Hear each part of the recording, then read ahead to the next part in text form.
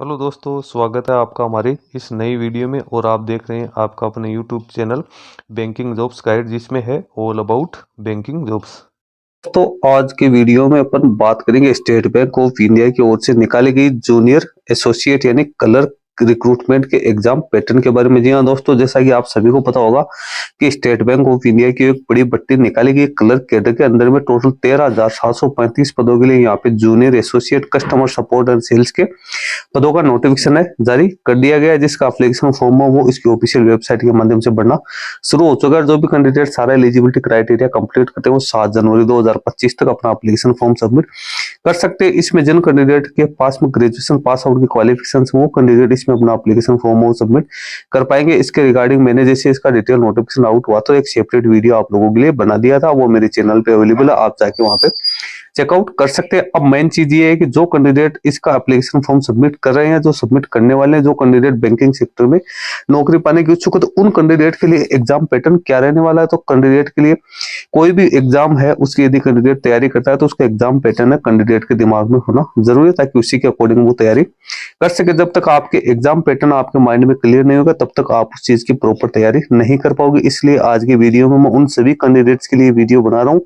जो कि SBI clerk में अपना एप्लीकेशन फॉर्म सबमिट कर रहे हैं, जो इसके आगे तैयारी करेंगे। तो दोस्तों अपन चलते हैं इसके एग्जाम पैटर्न के बारे में और जानते हैं कि इसके एग्जाम पैटर्न में कितने फेज होने वाले हैं, कौन कौन से सब्जेक्ट इसमें आएंगे, कितना टाइम आप लोगों को मिलेगा और कितने नंबर के क्वेश्चन होंगे, कितने नंबर के और यहाँ पे मार्क्स होने वाले, नेगेटिव मार्किंग रहेगी या नहीं रहेगी, वो जानकारी भी अपन इस वीडियो में डिस्कशन है वो करने वाले हैं। दोस्तों इसमें सिलेक्शन प्रोसीजर की बात करें तो यहाँ पे एसबीआई की ओर से जो इसका ऑफिशियल नोटिफिकेशन किया गया उसके अकॉर्डिंग यहाँ पे ऑनलाइन टेस्ट के आधार पे कैंडिडेट को सिलेक्ट किया जाएगा। इसमें 2 प्रकार की एग्जाम होगी, एक प्रीलिमिनरी एग्जाम होगी, एक मेन एग्जाम होगी। और इसके साथ ही जो कैंडिडेट्स उसका लोकल लैंग्वेज टेस्ट रहेगा। बहुत सारे कैंडिडेट्स पूछ रहे हैं कि साहब लोकल लैंग्वेज टेस्ट क्या होता है। तो इसका सीधा सीधा मतलब होता है जिस स्टेट से आप अपना एप्लीकेशन फॉर्म सबमिट करें उस स्टेट की लोकल लैंग्वेज है उसका नॉलेज आपको होना जरूरी है। जैसे गुजरात से आप एप्लीकेशन फॉर्म सबमिट करते हो तो आपको गुजराती का नॉलेज होना जरूरी है। महाराष्ट्र से एप्लीकेशन फॉर्म सबमिट करते हो तो आपको मराठी भाषा का नॉलेज होना जरूरी है। इसी प्रकार से आप केरला से यदि एप्लीकेशन फॉर्म सबमिट करते हो तो कन्नड़ भाषा का नॉलेज होना जरूरी है, कि वो लोकल जो वहाँ के पीपल्स है वो कौन सी लैंग्वेज बोलते हैं उसका नॉलेज आपके पास में होना जरूरी है, जिसकी लिस्ट भी आपको नोटिफिकेशन में दे रखी है। अब अपन बात करें तो प्री एग्जाम, तो ऑनलाइन जो प्री एग्जाम होगी उसमें ऑब्जेक्टिव टाइप के क्वेश्चंस आएंगे। 100 मार्क्स का ये पेपर होने वाला है जो कि ऑनलाइन मोड में ही कंडक्ट किया जाएगा। इसमें 1 घंटा है कैंडिडेट को अलॉट किया जाएगा। 3 सेक्शन है इसमें रहने वाले। अब 3 सेक्शन कौन कौन से रहेंगे, तो इंग्लिश लैंग्वेज है जो कि सिर्फ इंग्लिश में ही यहाँ पे आएगा, मीडियम ऑफ इंग्लिश रहेगा। इसके 30 क्वेश्चन रहेंगे और मैक्सिमम मार्क्स है वो 30 ही यहाँ पे रहने वाले। ड्यूरेशन आपको 20 मिनट का यहाँ पे मिलने वाला है। फिर न्यूमेरिकल एबिलिटी है तो ये 35 क्वेश्चन इसके होंगे और 35 मार्क्स यहाँ पे रहने वाले। 20 आपको मिनट यहाँ पे अलॉट है वो किए जाएंगे। उसके बाद रीजनिंग एबिलिटी की बात करें तो रीजनिंग एबिलिटी उसके 35 क्वेश्चन आएंगे, मैक्सिमम 35 मार्क्स होंगे। 20 मिनट का टाइम इसमें आपको अलॉट किया जाएगा। इस प्रकार से टोटल 100 क्वेश्चन आएंगे, 100 नंबर के होंगे। 1 घंटे का टाइम है वो यहाँ पे अलॉट किया जाएगा। इसके साथ ही कैंडिडेट है उसको यहाँ पे नेगेटिव मार्किंग भी देखने को मिलेगी, यानी कैंडिडेट को 1/4 नेगेटिव मार्किंग देखने को मिलेगी। प्रत्येक रॉन्ग आंसर के लिए कैंडिडेट को यहाँ पे है वो नेगेटिव मार्किंग देखने को मिलेगी। इसके बाद जो कैंडिडेट क्वालिफाई इसको करेंगे तो उसको उन कैंडिडेट को फिर मेन एग्जाम के लिए बुलाया गया। नहीं, अप्रोक्सीमेट 10 गुना कैंडिडेट है उनको मेन एग्जाम के लिए यहाँ पे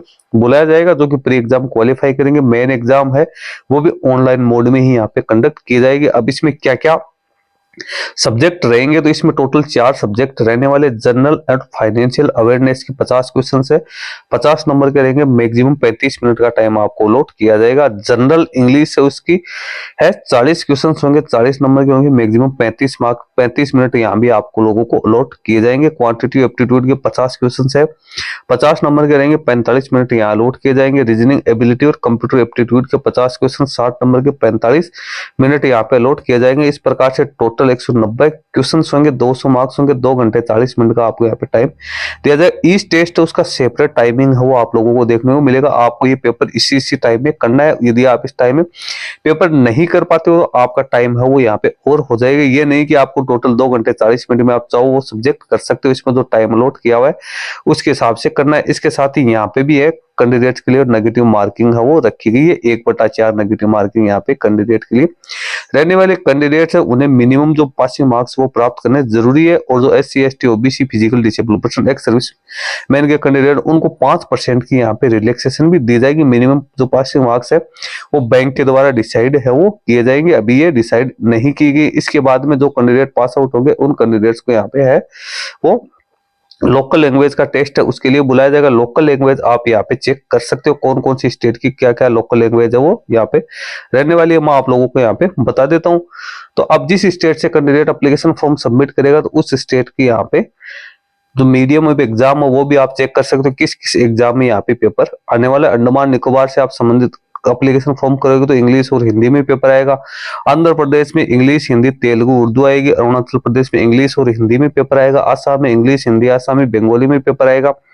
बिहार की बात करें तो इंग्लिश हिंदी उर्दू में आपको एग्जाम पैटर्न देखने को मिलेगा। छत्तीसगढ़ में इंग्लिश हिंदी, चंडीगढ़ में इंग्लिश हिंदी पंजाबी है, दिल्ली में इंग्लिश हिंदी, गोवा में इंग्लिश हिंदी कोंकणी, गुजरात में इंग्लिश हिंदी गुजराती, हरियाणा में इंग्लिश हिंदी पंजाबी, हिमाचल प्रदेश में इंग्लिश हिंदी, जम्मू कश्मीर में इंग्लिश हिंदी उर्दू, झारखंड में इंग्लिश हिंदी, कर्नाटका में इंग्लिश हिंदी कन्नड़ा, केरला में इंग्लिश हिंदी मलयालम, लद्दाख में इंग्लिश हिंदी उर्दू, लक्षद्वीप में इंग्लिश हिंदी मलयालम, मध्य प्रदेश में इंग्लिश हिंदी, महाराष्ट्र में इंग्लिश हिंदी मराठी, मणिपुर में इंग्लिश हिंदी मणिपुरी, मेघालय में इंग्लिश हिंदी, मिजोरम में इंग्लिश हिंदी, नागालैंड में इंग्लिश हिंदी, उड़ीसा में इंग्लिश हिंदी उड़िया भाषा आएगी। पुडुचेरी की बात करें तो इसमें इंग्लिश हिंदी तमिल लैंग्वेज है आप लोगों के लिए आने वाली है। पंजाब में इंग्लिश हिंदी पंजाबी, राजस्थान में इंग्लिश हिंदी, सिक्किम में इंग्लिश हिंदी, तमिलनाडु में इंग्लिश हिंदी तमिल, तेलंगाना में इंग्लिश हिंदी तेलुगु उर्दू, त्रिपुरा में इंग्लिश हिंदी बंगाली और उत्तर प्रदेश में इंग्लिश हिंदी उर्दू, उत्तराखंड में इंग्लिश हिंदी और वेस्ट बंगाल में इंग्लिश हिंदी बंगाली यहाँ पे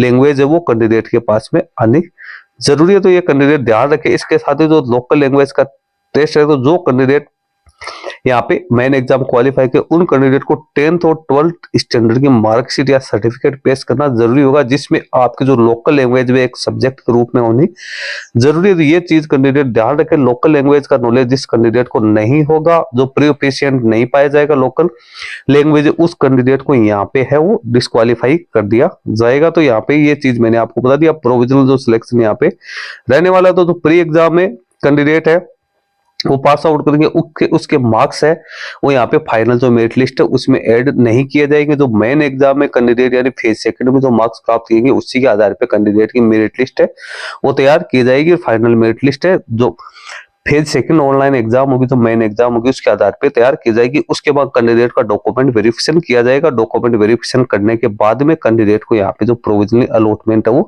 किया जाएगा। तो दोस्तों आई होप मैंने यहाँ पे सारा एग्जाम पैटर्न आप लोगों को क्लियर कर दिया। 2 एग्जाम होगी, पहले प्री फिर यहाँ पे मेन एग्जाम होगी। उसका सब्जेक्ट मैंने आप लोगों को बता दिया। उसके बाद लोकल लैंग्वेज का टेस्ट यहाँ पे रहने वाला है।